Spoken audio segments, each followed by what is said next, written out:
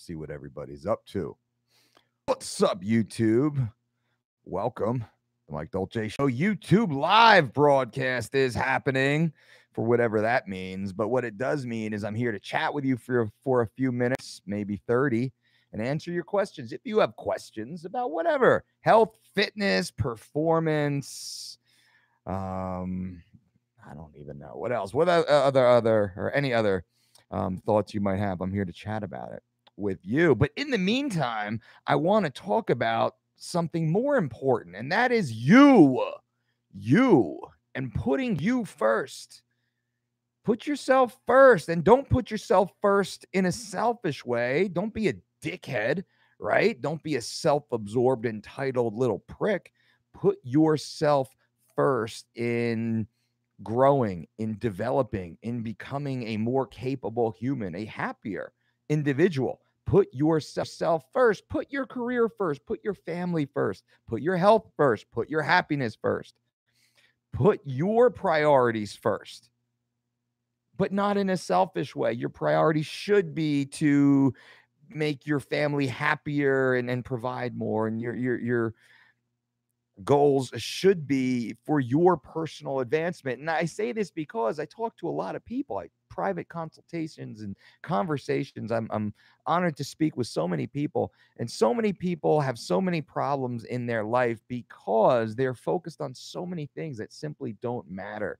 They're getting caught up in all this nonsensical drama that has nothing to do with them, but they get pulled in, or they inject themselves into these situations, and they take on these roles and responsibilities that are simply time killers, emotionally devastating time killers with no upside.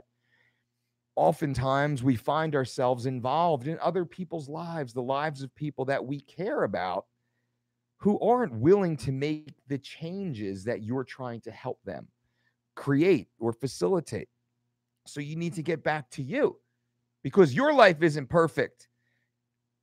So you need to get back to you and getting your day, your life, your food, your exercise, your sleep, your finances, your education, your comfort, your space. You need to put that first. And I say you have to do that by not being selfish, because if you're selfish, then it all crumbles back in on top of you, right? So you have to do it in a very selfless way. You're trying to be a healthier person, a more fit person, a more active person, a more educated person, a more financially sound person, because that person can do a hell of a lot more for everybody around them. If that's kind of part of your goal, and there should be a goal to that, giving back to the community, you're close, interpersonal relationships extending on out through people that you've never met before, but you have the opportunity to speak live through social media networks, and we can share these messages and exchange as a community. But I wanted to remind you to put yourself first. Go to bed when you have to go to bed. Don't stay up for whatever bullshit reason. And putting yourself first is putting what's best for you first, and doing what's uncomfortable, and delaying gratification, and shutting the stupid video game off at 9 o'clock at night, or not turning it on at all, or disconnecting yourself from the $200 per month cable bill that does nothing but rob 3 to 4 hours of your day and your output. These are decisions that some of you should be making, could be making, but you're not, because you're not putting yourself first. You're just kind of sitting back and meandering your way through life. But why? What is that doing for you? It's doing nothing for you. You're repeating the same day over and over, and you're semi-miserable about that. So if that's you, then put yourself first. Start to move, start to push, start to learn, start to grow, start to do, start to expand. And that's right now. That's not tomorrow. That's not Monday. That's not when you buy the new shoes or sign up to the new app. That's right now. That's what you start doing. So that's my little rant for you this morning. Carlos, what's up, my man? Alfie Graham. Hey, good evening, Alfie. Rick Sauce. Whoa, finally caught a live feed. Right on, Rick. Lias, right night in England. Oh, hello, England. Dennis, what's up, Dennis? What's up? Hoping you're well from Houston, Texas. That's right, Dennis. Vitamins good for a 43-year-old male. Certain vitamins could be, but possibly not, and not nearly in the amounts that most people assume and currently take and still have deficiencies. I would strongly suggest you have a relationship with a doctor. You're working with a doctor. You're getting comprehensive blood work done. You're looking for any deficiencies, and that's where it starts. Do you have any deficiencies? Otherwise, what are you supplementing for? It is possible. A vitamin D supplement, excellent. I take one myself. All these other things and low dose things or underdose things or supplements in certain type of delivery forms, tablets and such, that take such a long time to break down, they don't even get absorbed, so they get passed through. So then we assume you're getting all your vitamins and minerals because you're taking these 1 a day, 2 a day, 3 a day vitamins, but it's just getting processed and eliminated. Far better would be the consumption of whole food sources. That's what we always push back to. Starts with your doctor and blood work. You start eating all real food, nothing processed, nothing synthetic, real food in wide varieties, great varieties, deep and dark and dense and, bountiful, beautiful colors, as clean and wild and organic, as fresh as possible. You start doing that and watch what happens. All of a sudden, what do you need to be supplementing for vitamin wise? Because now you're getting it, you're absorbing it, you're utilizing it. What's up, Dolce? How are you, my brother? Seth, I am doing good. Life is good. Life is good. Hudson, hey, Mike, do you think Conor will be able to get in Khabib's head? It doesn't look like it so far. I don't think so. These guys, they're high level sport, right? High level athlete, world class, global level. The two best in the world, right? 7.5 billion people on the planet. The two best in the world right there in front of all that big pack of the rest of us. That's something important. These are special dudes. I'm sure they annoy each other. They get on each other's nerves, but they want to fight each other. Don't get me wrong. They want to fight each other. They want to lock themselves in the cage together and fight each other because they think they are better than the other guy. And one of them is right. So that's as far as it goes. I don't think nobody's scared here. Nobody's scared. They'll get annoyed with his face or his talk or what he says or this or that. They'll get annoyed with that, but nobody's scared here. You're not getting Khabib Nurmagomedov scared. You're not getting Conor McGregor scared. These dudes know what they're doing. They're real deal. They're real deal dudes, but they know how to sell a fight.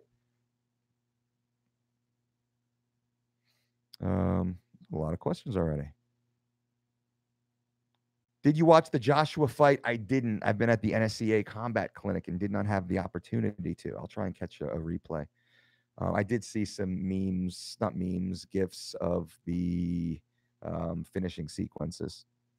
Hey, Dolce, how are you? I'm doing good. Did you know Khabib or Conor? I have no idea. Zach. Oh, no carbs. What? Jack C, I read your question. I'm just not even going to give airtime to that fool. It's funny because I was at the top combat clinic with respected coaches, and all the truly world-class respected coaches, we just stood there and we just shook our heads. That's all I got to say. Alex, should I wait for my wrist to completely heal or start with light weights? I miss training upper body. Alex, be under a doctor's care. Work with your doctor. Be under a medical supervision. Work with a physical therapist. If you have an injury, fix it. I'm giving you the exact same information I give to our athletes, our world-class athletes. If you have an injury, fix it. Get it looked at by a licensed professional. Get it diagnosed. Let's come up with a treatment plan. Let's fix it. Let's make it stronger than ever. That's the goal. That's what you do. So it's like, I love to train upper body. Yeah, me too. We all do. But don't you want to train upper body at 100%? Take an extra 3 weeks so you can be at 100% instead of 76% on a slow decline every 2-3 years. It's either one or the other. So put yourself first. Get to your doctor, get a physical therapist, pay the $100 or so for a session. If your healthcare doesn't cover it, get some exercises, get a rehab program, build that thing stronger than ever, and then start working. And they'll give you programming. I don't like to give specialized information without knowing you and evaluating you. But there's lots of things that can be done, not knowing the extent of your injury. But fix it, make it better. I'm doing so well, you wouldn't believe me if I told you. Seth, I believe you, my friend. I know you are. You're crushing it. Caffeine break. I can see hairs like growing up over the horizon. Probably some over here too. I gotta See, because I was wearing shirts, sometimes fancy shirts, collar shirts. So I shave the hairs on the back of my neck. You dudes know what's up. Shave the hair so there's no like hair sticking up off the back of my neck. But I forgot. I'll be wearing a tank top too to show off the bod, man. I'm doing so now I got the hair, but who cares? The hair don't bother me. Great little rant. Dennis, I appreciate that. Thank you. AM Self-Compassion. Hearts back to you. Mike Lee, how much does it cost to create a meal plan to gain weight and stay at that weight while training? It costs billions and billions and billions of dollars. It actually costs absolutely nothing because you simply need to be sleeping more. You need to be eating more.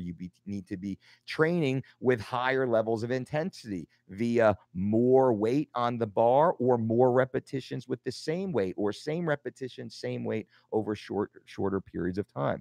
That's all you need to do. So if you start doing that, you'll be pretty impressed with how fast you gain weight, but you don't want to be eating so much that you're in a massive calorie surplus. I like to be 300 to 500 extra calories per day, maybe as high as 800s, because we're not trying to get fat. We're trying to gain lean tissue gains. You can actually gain lean tissue and drop total body fat percentage, get bigger and ripped at the same time. That's what we do.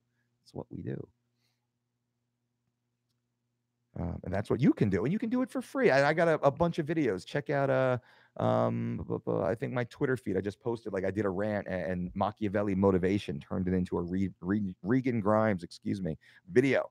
It's like me talking behind Regan Grimes, training and eating and sleeping and living the exact same things that I told you. Is Yohimba and HCL hurt strength? I don't know about strength, but I don't suggest it. I know it's legal, and I believe last I looked, it was even WADA approved, so it's not even banned in some sports. Do your own research, though, of course, as of the day I'm saying this. But it's just not good. The negative effects are so high, so high. A lot of people, I don't know anybody who's taken it and didn't feel terrible while taking it. Now, probably a third of the people who took it said they also got shredded on it. 2/3 of the people were like, like I felt like shit and I really didn't really see that big of a change. So I don't suggest it. Hey, Mike, made my day. Brandon, thank you. You made my day. Zach, do you work with any PGA Tour players? We do not. Carlos, hey, Mike, I'm on 3 weeks. Week 3 of 3 weeks to shredded. I'm down 14 pounds. I have a fight in 5 days. Weigh-ins on Thursday. I got 10 pounds to go. Does that sound about right? Last time I weighed about 8 pounds. What do you think? I think it sounds about right. So you're 10 pounds over a week out. I don't know what your weight class is. Now, if you fight at 105, that would certainly be a different proportion of weight as if you were a heavyweight. So not knowing what your weight class is, I can't give it exactly. But we were actually talking at the UFCPI. Most of us coaches, we want our athlete on Monday of fight week. So 5 days before Tuesday, we want the athlete to weigh between 8 to 10% of the weight class. Lower is always better. We prefer our athletes to be coming in somewhere in the 4% range on the Wednesday before weigh-ins, so that we don't really care about the Monday to Tuesday, but it's really the Wednesday. So right in that range, if you're within 10%, you're likely fine as long as you're healthy. Carlos, I'm fighting at flyweight. Oh, that was you. All that talk. Flyweight is what weight is flyweight? Is that 125? Forget what that is. So you're, 10 pounds, 125, you're within, you're under the 10% ratio, but you got to stay on track, do the things, make sure you're training properly. It's about, for us, it's about eating. It's about fueling. It's about hydrating. It's about being nutrient dense into the weigh-ins. It's not about depleting and suffering and dehydration and overworking. We were talking, part of my conversation, lecture on extreme weight cutting is we don't let our athletes train during fight week. It's done. We're peaking. It's the taper. It's the deload. We don't need to put our athletes in plastics and get them punching and fighting and grappling and pad working and sprinting in hallways. What? No. We don't do any of that. So now all the calories coming in, which are lower than 3 weeks ago, lower for sure, but not low, ultra low. Those calories can go to enhance the healthy processes. That's the whole point of it. But they create this massive deficit through overexertion and undernutrition. It's no wonder the athletes just bonk out and miss weight and get hospitalized and get hurt and suck. So you gotta stay healthy, but on that slow scale to come down. It's a soft landing. We just want to skim and float right back up again. That's the way to do it, nice and easy and slowly. And it sounds like you're doing it, Carlos. Joe, I'm sure Ziggy is. Alf Graham, Mike, what's your thoughts on movement training like Ito Portal style? I have just found this and looking to add this to my routine. I think it's awesome. I think it's amazing. I think Ito Portal does a great job. The MoveNat team, who I've actually worked alongside with Carlos Condit in his training camps, Erwin LaCour, Jerome Scarabs is a buddy of mine. He's on Instagram. And there's a lot of others out there. I think it's excellent. It's excellent. That got some bad publicity because it was new when Conor fought Nate, then Conor lost to Nate, and then that movement style was bad because people felt Conor should have been focused more on the fight training.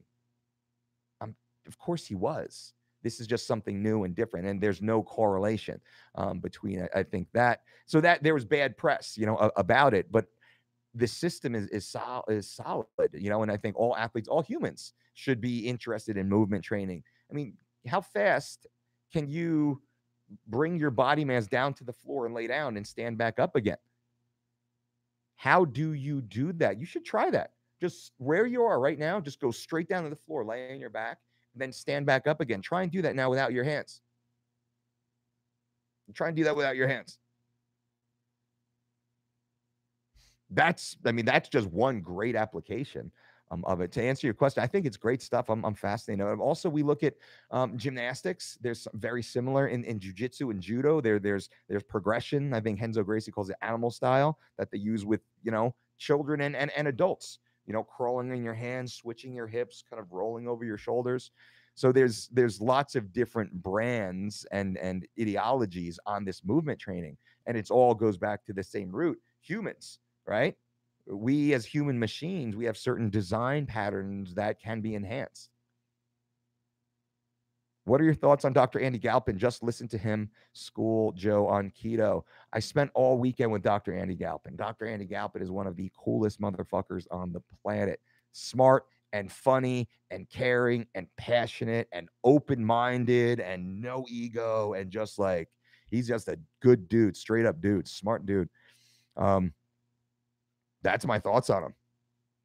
Brilliant. I'd be in a foxhole with Andy Galpin any day. Mike Lee, I just want a protocol because if I gain or lose weight, my tailored suits don't fit anymore. Yeah, man, there's worse problems than spending money at the tailor for good reasons. We all go through that. I still go to a tailor. Mike, when coaching weight cuts for athletes, is there a big difference for fighters and bodybuilders?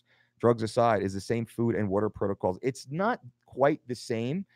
It is similar though. It's similar with bodybuilders. It's much more of the illusion, and with bodybuilders, the carbohydrate and the sodium potassium balance is very specific because it's where is the athlete holding water and for what period of time. Because bodybuilders, it's like you can create bring about adaptations that'll hold for maybe 30 or 60 or 90 minutes. So that really comes down to very specific minutia, especially when drug free, when you're not using steroids and diuretics and all these other things that can be used at the elite levels. So we're just talking about, let's say, natural, amateur style of competition, or any athlete who's tested under WADA protocols like the UFC athletes are. So with the UFC athletes, it's just performance based. I don't care if the muscles are look soft on the scale. Actually, I kind of want them to, because that means they're holding less fluid. They're holding less matter at that moment. So therefore they weigh less. Bodybuilders can't. Bodybuilders have to be like swooping, round, bulbous, and have that like granity muscle fiber striation type of look. Athletes doesn't matter. I don't care how vascular our athletes are. You want to see veins, to make sure there's, good volume, that they're rehydrated and everything's working. But it doesn't matter. But the nutrients, the ingredients don't change nearly much at all. The quantity and the timing does, specifically with regards to carbohydrates. That's probably the biggest thing. Loading and depleting and the types of workouts to induce glycogen depletion, and then the reloading, and then kind of the magic is reloading the carbs with fats and salt and sodium, to bring about that deep granity look. And that's what a lot of the gurus, the coaches, to which I'm not in the bodybuilding world, that's what they play with, outside of all the drug stuff. Keith Murley, Mike, recovering from MRSA with IV antibiotics. Any nutrition tips to add? I would strongly recommend, Keith, you work with a registered dietitian and have a deeper conversation. They would probably want to analyze your blood work and get, a deeper understanding of what's going on. That's my strong answer. That's my only answer, because you are dealing with a medical issue and you want to deal with a licensed professional that would be a registered dietitian. We do have registered dietitians here on our team that you can speak with in a 30-minute consultation, or they can work with you further for an 8-week personalized diet plan in which you speak with them regularly in emails and text messages, and they do all the programming for you in conjunction with your doctor. So we'll work as a liaison with you and for you with your medical team. That's all at dolcedietshop.com. Otherwise, look in your local area. Talk to your doctor. Maybe they have an RD to refer out to. But be very careful with any professional you hire. Make sure they have the experience to do what you need to do, right? There's lots of painters out there, but some are really good at painting the outside of the house, and some painters are really good at drawing the Titanic on the tip of a pin, right? So there's a wide range. They're still a painter, right? Wide range of specialty and expertise, and they're all really good in one area, but that usually blinds them to other areas. So make sure when you do work with a registered dietitian, or even doctors, any professional, or painters, make sure that they have great experience in what your goal set is, what your system of beliefs is, where you want to be. I hope that helps. Hey, Mike, do you use CBD oil? I don't right now. I haven't really used it. I went through about a month where I had a company contact us and to try their CBD stuff. And I actually had an injury at that time that I had been dealing with for a little while. So it was a good time to start. And I went through the full protocol, which would probably be a little bit expensive, actually, if I purchased everything. Went through the full protocol exactly as it was supposed to be, because I'm good with that. I didn't notice anything. I didn't notice any difference. Maybe I didn't do it correctly. Maybe it was underdosed. Maybe I'm just simply a non-responder. Maybe it's because it was all BS. Maybe that company was all BS. Maybe a variety of other reasons. So that's just me. That's just one time. And that certainly hasn't biased me against it, because I see all the literature, and anecdotally, probably half the people I know who take it swear by it. Creatine, I'm an ultra responder to creatine. 3 grams of creatine a day within the first 5 days or so, I'm feeling the effects getting swelled up. Glucosamine, chondroitin, non-responder completely. CBD oil, and I'm just saying, I don't want to bias you against it. That's really why I'm going deeper into this. I was a non-responder the first time, the first trial, if you will. But I certainly will try again, because I have a huge belief in a lot of the science out there. Thoughts on DDP yoga? Excuse me.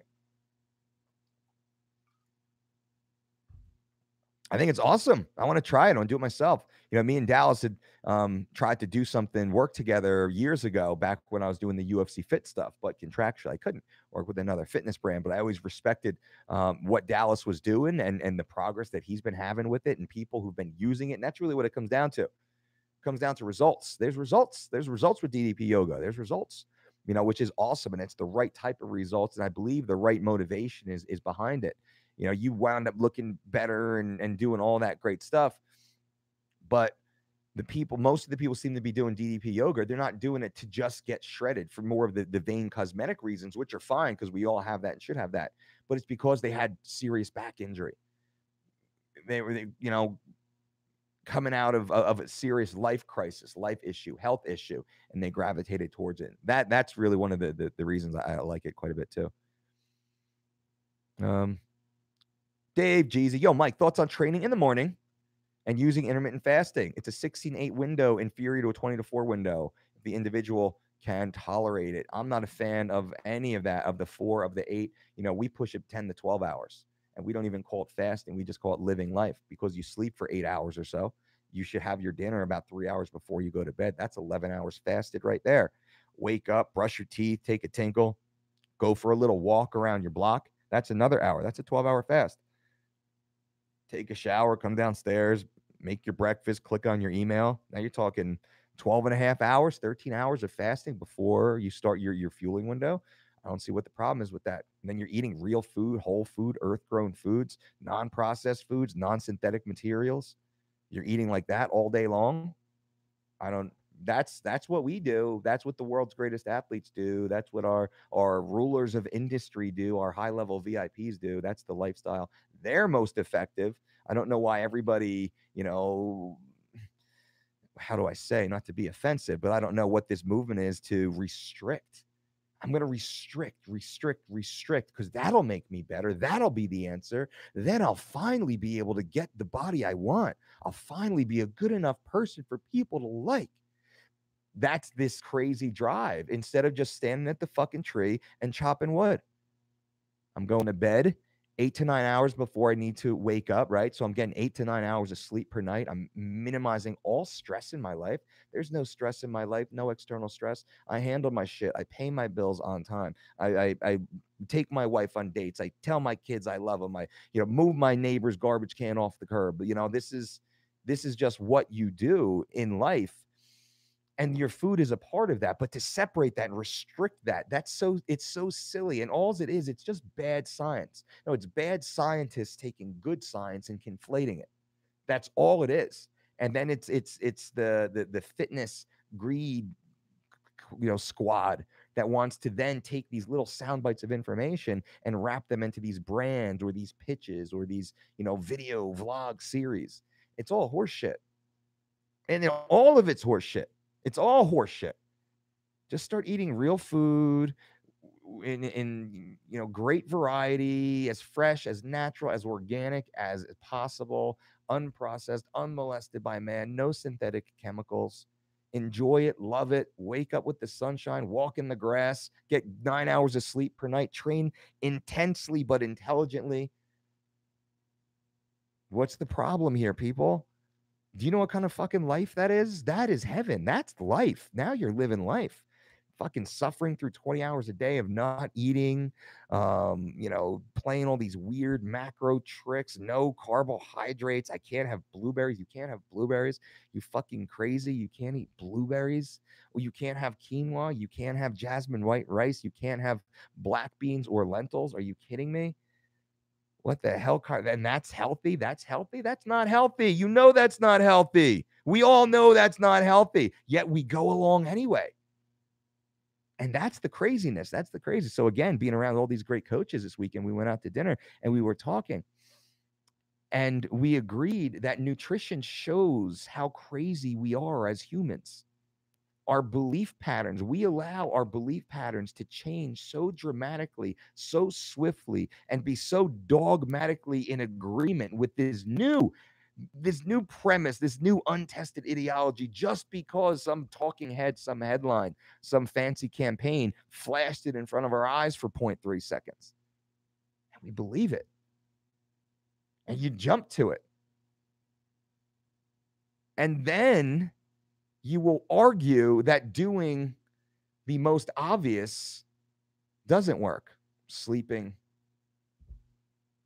9 hours per night, minimizing stress, no external stress, training intensely but intelligently, and usually not frequently. 3 days a week, getting a couple walks in, a little flag frisbee, softball, surf, walks on the beach, bike ride around the neighborhood, walk the dog to the park, whatever. Little social exercise. So that's my rant on that. Hopefully that helps. As you can probably tell, I am rather opinionated on what actually works. Omar, what's up, Mike? What's your thoughts on sugar, alcohols? Thanks. I'm not a fan. I don't see any benefit. So it's like, does it are you mediating some sort of damage because a sugar alcohol isn't as bad as other possible um, products? But why? So we avoid that. It's poison. You're poisoning yourself. Just admit I'm going to poison myself. If you say, "Hey, I'm going to poison myself," and that's cool, I'm choosing to poison myself. What am I going to do? But I'm just saying, hey, don't poison yourself, dickhead. Why are you going to poison yourself? Well, this one study showed that on this one country, this small group of people were able to. Therefore, I'm going to follow that. Okay. Like, right? Crazy human. Crazy human. What are you doing, crazy human? Sit down. Sit down. Are you okay? Hey, Mike, any nutrition, recovery, and training advice for a working construction laborer? Thank you. Yeah, you got to eat more. You got to sleep more. Step one, eat more, sleep more. I would be definitely focused on a lot of prehab work, a lot of dynamic movement, a lot of warm-ups, a lot of mobility. Because what you're doing, I work construction, man. I started as a laborer. Think about that as a teenager, mid-teen kid, 15-year-old, 16-year-old kid working job sites, big boy sites as a laborer. Fuck, man. And I worked hard. I showed up. I worked hard. I worked like it was a competition. So for you, you're busting your ass likely on a job site, even if you're a more of a craftsman, right? You're working, trim and molding and shit like that. So you're not really heaving and heaving all day. But still, you're physical. You're on your feet. You're bent. You're squat. You're in different positions. You are. Working and moving and burning calories and creating deficiencies that need a new fresh supply of raw materials. You need to think like that. So we need to sleep so we can repair, we can regenerate. We need the raw materials available for that process. And then think about, what do you need to improve imbalances? You bent over all day, you're standing up all day. Make sure that you're training a lot of the untrained areas, during your specified weight training. And a good coach could help walk you through that. They'll just hit you through an eval. Hit that like button. Yeah, hit that like button, people. 13 likes. Get out of here. I think it's because you're so in awe of the conversation that you're leaning forward and you forget to give Uncle Mike a thumbs up. No, I'm just kidding. Hawk,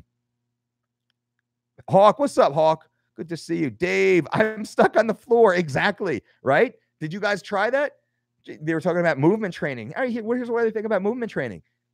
Just stand up and just lay down on the floor from a standing position, lay down on the floor, and then stand all the way back up to your feet again without moving your hands, without using your hands. Try that. If you can't do that, you should probably seek out a movement coach. You really should. You should go to a seminar at the very least. Check out a MoveNat seminar. You should, for reals, go to a gymnastics class, go to a jiu-jitsu school, right? Most martial arts, they have remedies for this. Mike Lee, thank you, Mike. Your advice is much appreciated. Thank you. Eddie Bravo just talked about breakdancers getting into jiu-jitsu, core strength, etc. Absolutely. So my cousin, 13 years old at the time, was a state level, national level gymnast in like grade school and then early high school years. She wanted to start doing martial arts with the Ronda Rousey era. This is years ago, 5, 10 or so years ago. As a gymnast, high-level gymnast of many years before, she walks into a jiu-jitsu school, starts learning the basic positions of jiu-jitsu, but because she has such amazing core control and body control and limb strength, she starts moving up weight classes, competing against men, winning with submissions. She'd get their back and choke them out. I believe in her last 2 tournaments, as a 13-year-old, she choked out a 15-year-old and a 17-year-old in the finals of Naga tournaments, respected Naga Grappler's Quest, because she was at a legitimate. So I had Kurt Pellegrino. She actually trained under Kurt back east. It's not because she had such a wide array of jiu-jitsu technique. It's because she had that control, that physical strength. BJ Penn had said, strength is a skill. It's very true. Very true. Strength is very, very, very important. Doesn't matter if I get 7 hours of sleep at day or night, or what if I take sleep? then another 3-hour nap later. And it's always best to get it unbroken with a nap in the middle of the day. That's typically the ideal pattern for most people. That's anecdotal information, and that is as much as any sort of verification. I always say 7.5 to 9 hours. For me, it's usually like right about 8:15 for whatever reason. Could be a little placebo in there, but just over 8 hours or so, I feel awesome. If I get closer to 9 hours, I'm a little hit and miss. I don't feel bad, just a little slow and sluggish. So right a little over 8 hours is pretty much ideal for me. And then I try and get even, I got 2 kids. I got a 3-year-old and a 1-year-old. Busy moving houses and flying on planes and all that fun stuff. But I still, in the middle of the day, I try and take 20 minutes, lock myself in a dark room, go upstairs, lay on the floor, shut the lights off, and know that I can't quite fall asleep, but I can count backwards from 300. Just do that. You'd be surprised at how amazing it is for regeneration. Is Greek yogurt better than organic ice cream? I would say yes, because most of the Greek yogurts don't have sugar added, where ice cream can have unlimited amounts of sugar added. Is calorie deficit the only way to lose fat? No, you can actually lose fat in a caloric surplus. What does that mean? You're just adding lean muscle tissue. So your body fat percentage drops. That many times is more healthy than bringing lean mass and non-functional mass down. That's the typical trend. That's not what we do. We say stuffing the shirt. If I want you to lose body fat, my goal is to start building muscle on you. Does that make sense? If we're trying to lose body fat, we're starting to build muscle. We're not trying to diet down. We start to build up. That way we start adding more lean functional muscle tissue, which allows you to train harder and faster and longer. It changes the percentage of lean body mass, functional body mass versus non-functional body mass, or just muscle weight versus body fat. The percentage changes. As muscle goes up, what happens? The percentage between the two changes. Even if you haven't lost a pound of body fat, your percentage goes down as your lean mass goes up. People say, but I want to lose fat. Do you want to lose fat and muscle at the same time? Do you want to look basically the same 10 pounds lighter? Because that's more common when people lose weight. You look about the same, just a smaller version. You look in a medium shirt exactly the way you did in a large shirt. That's not what we want. We want to look like you're wearing a fucking extra large shirt packed with muscles, but when you take it off, you want to look like a small. That's what we're trying to do. That's what you should do. And it's not about bringing about deficits. Big shout out from Ireland. Spencer, what's up, my man? Susanna, hey, Dolce, what is your opinion on Manuka honey? I don't have a huge opinion on it, as I haven't done the deeper dive. We typically recommend raw local honey for those who can, not pregnant ladies, of course, but those who are able to look into raw local honey. That's what we suggest. I just haven't really done the research on the Manuka. I hear the headlines and I just never really did a deep dive. Dolce going live is like hanging out. No pills, no potions. That's what it feels like. It feels like we're all just here, just kicking it. Mike, great to see you your consistent daily videos. Thanks for calling out the frauds of real. What do you recommend for a whole food post Thai boxing workout to eat at the gym that doesn't include whey? What would I probably do? So let's say 12 ounces of coconut water, 1 cup of blueberries, maybe 2 tablespoons of chia seed, 2 tablespoons of hemp seeds that were previously blended in a seed grinder or even a coffee bean grinder. Grind that up, mix that in, shake that up, and that would be off the mat. Just get things moving again. Next thing, I'd be looking more towards a meal, maybe some jasmine white rice, 4-ounce piece of salmon, some peppers, maybe grilled peppers and onions, possibly, maybe some asparagus thrown in there, like a little stir fry, boom, boom. So that'd be like right off the mat. And then 30 to 90 minutes later, that meal. And I would just clip through the day that way. Mike, please give the man a thumbs up. Thank you, Mike. I appreciate that. Yo, Mike, what's up? Is it okay to work out day after day? Because I do HIIT and some lifting workouts and I really feel exhausted. No, you're saying, is it okay to keep doing what I'm doing that makes me feel really exhausted? No, my man. You should fucking walk in the gym feeling like a god. That's how you should feel. When you walk into the gym, you should feel like you're going to rip the fucking door off the hinges. You're going to lift every fucking weight in the gym and you're going to ask them to go get more, find more weight. That's how you should feel. If you're dragging your ass in the gym, you're not hitting PRs. Now, there's certain times during training camps where you got to go through that little bubble. That's like usually, week 6 to week 3, and then you start rolling into a taper. You got to hit a little bit of that grind.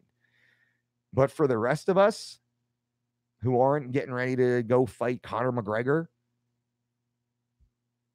take a day off. Go for a walk, man. Go join a hot yoga class. Go sit in the hot tub.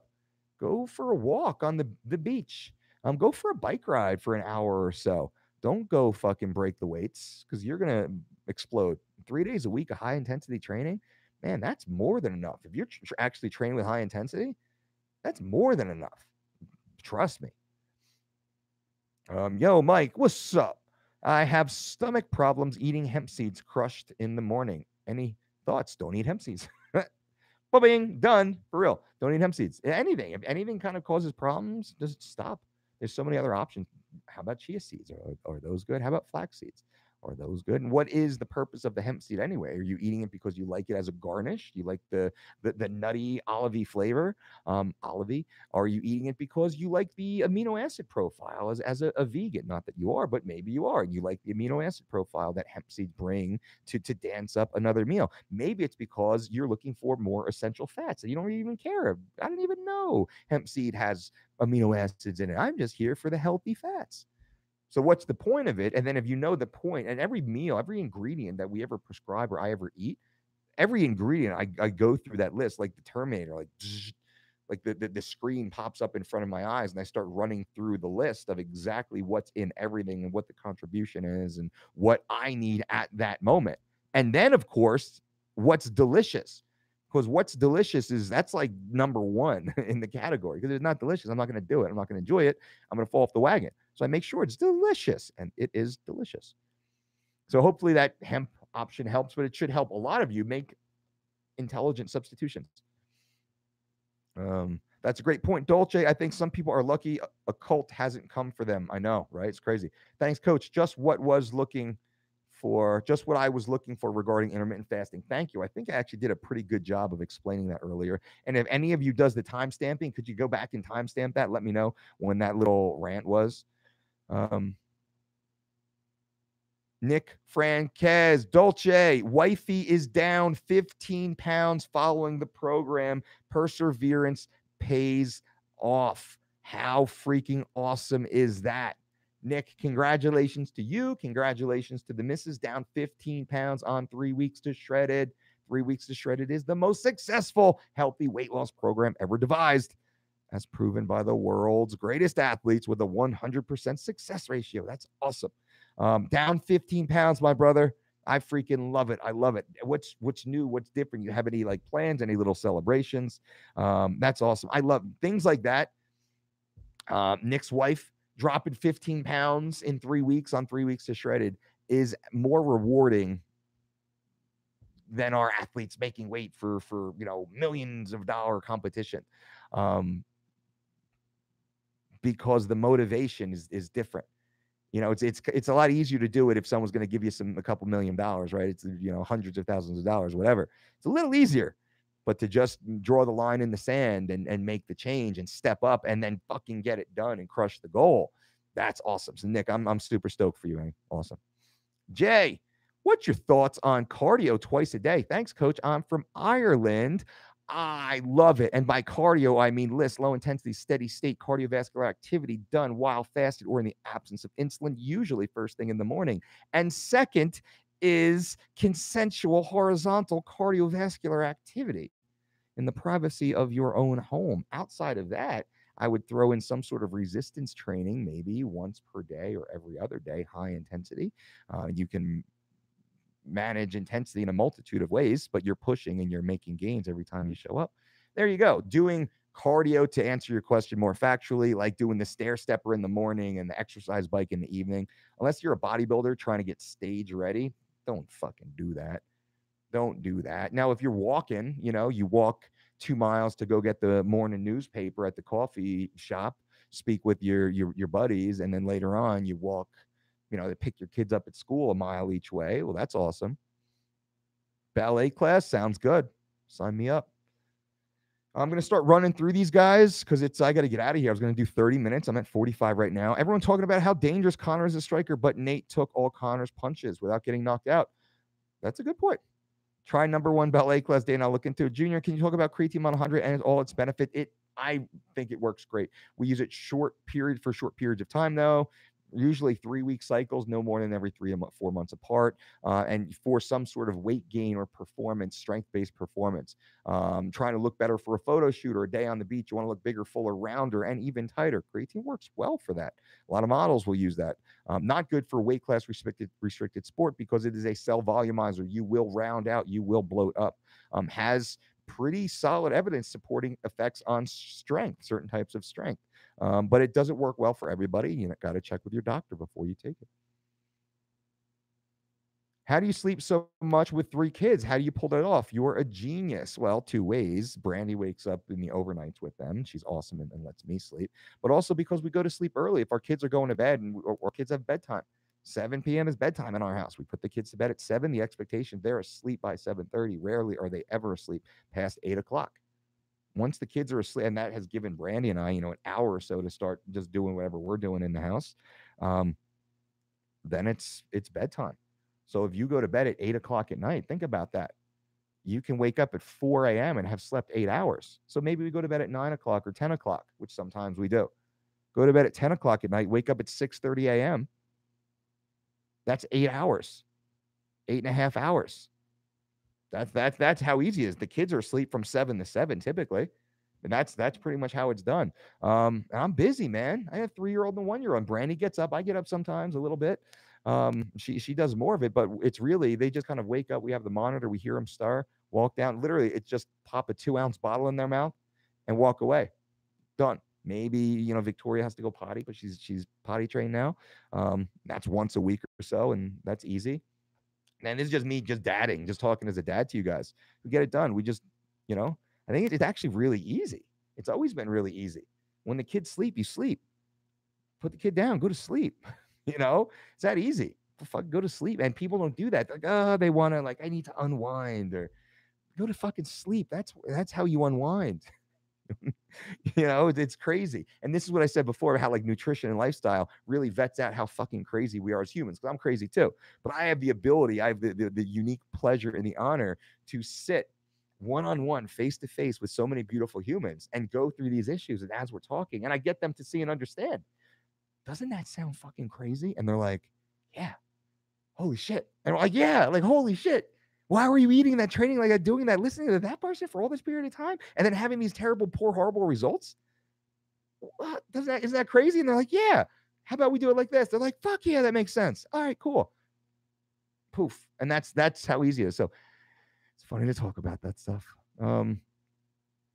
Let me do a few rapid fire, then I'm out of here. My workouts were stupid when I was younger. I used to hit the gym for an hour, then hit the heavy bag for another hour, depleted myself. Okay. I hear you, Viewing. Spencer, you got it. Spencer, Dana, hard work pays off. That's right. Jorge, hello, Mr. Dolce. What are your thoughts on the use of stevia on a daily basis? I'm not a fan of stevia. I think it's actually gross. I don't like the flavor of it. But if you're taking stevia as a sweetener, then you got to make sure it's actual just stevia leaf. Because there's this is a stevia leaf product, and it's got all sorts of synthetics in there. Yeah, it's got a little stevia. It's got just enough stevia in order to put it on the label and sell it as a stevia product. It's got all sorts of shit in there too. As a rule, we just stay away from it.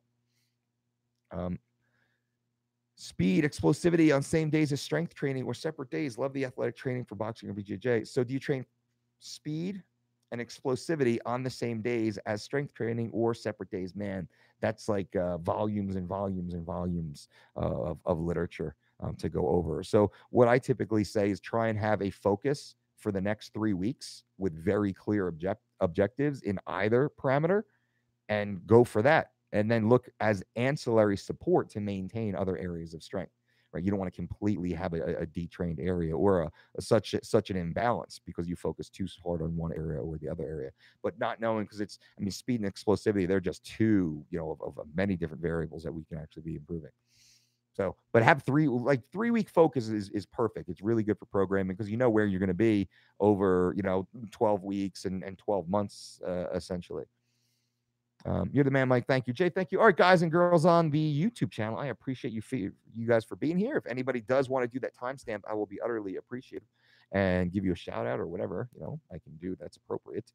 I appreciate that because I know I ran about a lot of stuff here, and I think we cover some really solid ground, and there's some in between areas where I say bad words and make inappropriate jokes, but hey. That's worth the cost of the admission. But until next time, YouTube friends, I will see you soon. Boom. And my